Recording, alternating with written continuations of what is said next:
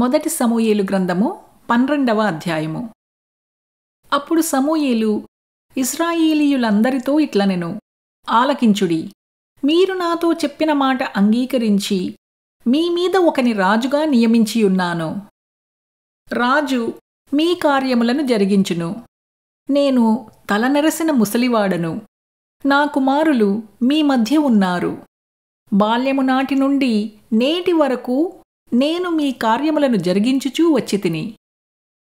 ఇదిగో నేనున్నాను.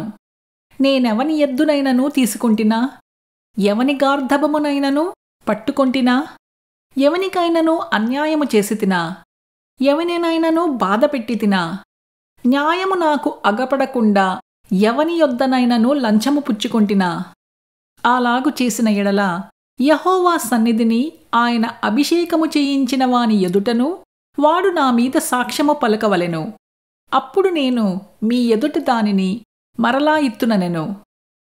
నీవు మాకు ఏ అన్యాయమునైనను ఏ బాధనైనను చెయ్యలేదు. ఏ మనుష్యుని యొద్ద కాని నీవు దేనినైనను తీసుకొనలేదని వారు చెప్పగా, అతడు, అట్టిది నా యొద్ద ఏదియూ మీకు దొరకదని యెహోవాయును ఆయన అభిషేకము చేయించినవాడును ఈ దినమున మీ మీద సాక్షులయున్నారు అని చెప్పినప్పుడు, సాక్షులే అని వారు ప్రత్యుత్తరమిచ్చిరి. మరియు సమూయేలు జనులతో ఇట్లనెను, మోషేను అహరోనును నిర్ణయించి మీ పితరులను ఐగుప్తు దేశములో నుండి రప్పించినవాడు యెహోవాయే కదా. కాబట్టి యెహోవా మీకును మీ పితరులకును చేసిన నీతి కార్యములను బట్టి యెహోవా సన్నిధిని నేను మీతో వాదించినట్లు మీరు ఇక్కడ నిలిచియుండుడి. యాకోబు ఐగుప్తునకు వచ్చిన పిమ్మట మీ పితరులు యెహోవాకు మొరపెట్టగా ఆయన మోషే అహరోనులను పంపినందున వారు మీ పితరులను ఐగుప్తులో నుండి తోడుకుని వచ్చి ఈ స్థలమందు నివసింపజేసిరి. అయితే వారు తమ దేవుడైన యెహోవాను మరిచినప్పుడు ఆయన వారిని హాసోరు యొక్క సేనాధిపతి అయిన సీసెరా చేతికిని, ఫిలిష్తీయుల చేతికిని, మోయాబురాజు చేతికిని అమ్మివేయగా వారు ఇశ్రాయేలీయులతో యుద్ధము చేసిరి. అంతట వారు, మేము యెహోవాను విసర్జించి బయలుదేవతలను అష్టారోతు దేవతలను పూజించినందున పాపము చేసితిమి. మా శత్రువుల చేతిలో నుండి నీవు మమ్మను విడిపించిన ఎడల మేము నిన్ను సేవించదమని యెహోవాకు మొరపెట్టగా, యెహోవా యెరుబ్బయలును బెదానును యెఫ్తాను సమూయేలును పంపి నలుదిశలా మీ శత్రువుల చేతిలో నుండి మిమ్మును విడిపించినందున మీరు నిర్భయముగా కాపురము చేయుచున్నారు. అయితే అమ్మోనీయుల రాజైన నాహాషు మీ మీదికి వచ్చుట మీరు చూడగానే మీ దేవుడైన యెహోవా మీకు రాజయ్యున్నను ఆయన కాదు, ఒక రాజు మమ్మను ఏలవలెనని మీరు నాతో చెప్పితిరి. కాబట్టి మీరు కోరి ఏర్పరచుకునిన రాజు ఇతడే. యెహోవా ఇతనిని మీ మీద రాజుగా నిర్ణయించి ఉన్నాడు.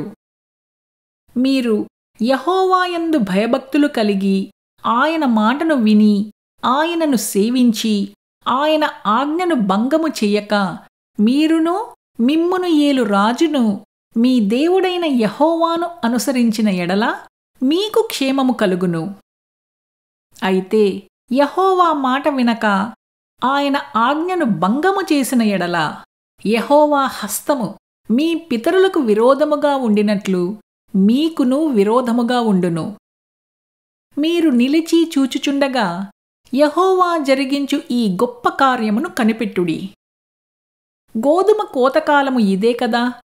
మీరు రాజును నిర్ణయింపుమని అడిగినందుచేత యెహోవా దృష్టికి మీరు చేసిన కీడు గొప్పదని మీరు గ్రహించి తెలుసుకొనుటకై యెహోవా ఉరుములను వర్షమును పంపునట్లుగా నేను ఆయనను వేడుకొనుచున్నాను. సమూయేలు యెహోవాను వేడుకొనినప్పుడు యెహోవా ఆ దినమున ఉరుములను వర్షమును పంపగా జనులందరూ యెహోవాకును సమూయేలునకును బహుగా భయపడి సమూయేలుతో ఇట్లనిరి, రాజును నియమించుమని మేము అడుగుట చేత మా పాపములన్నిటినీ మించిన కీడు మేము చేసితిమి. కాబట్టి మేము మరణము కాకుండా నీ దాసులమైన మా కొరకు నీ దేవుడైన యెహోవాను ప్రార్థించుము. అంతట సమూయేలు జనులతో ఇట్లనెను, భయపడకుడి. మీరు ఈ కీడు చేసిన మాట నిజమే. అయినను యెహోవాను విసర్జింపకుండా ఆయనను అనుసరించుచు పూర్ణ హృదయముతో ఆయనను సేవించుడి. ఆయనను విసర్జింపకుడి.